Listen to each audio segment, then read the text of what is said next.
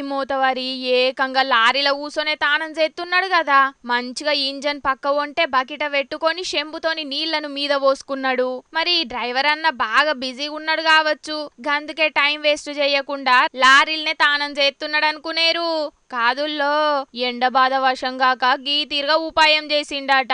అసలుకే ఓ దిక్కు మీదికెంచి మాడు వలిగేటట్టు ఎండలాయే, ఇంకో పక్క ఇంజన్లకెంచి వచ్చే ఏడి దగడాయే. ఇక రెండిటి నడుమ బాధ వశంగాక పోయి లారీల్నే బకెట్ పెట్టుకొని నీళ్లను నెత్తి మీదికెంచి పోసుకున్నాడు అన్నట్టు.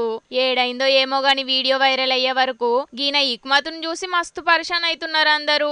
ఎండ బాధను తప్పించుకోనికి డ్రైవర్ అన్న చేసిన ఉపాయం మంచినే ఉన్నది గాని జరంతా లారీని పక్క వంట ఆపుకొని చేస్తే మంచిగుంటది కదా. గంతేగాని డ్రైవింగ్లు ఉన్నప్పుడు గిసొంటి చిత్రకథలు వాడొద్దని గరం అవుతున్నారు ఇంకొందరు గిది చూసినోళ్ళు.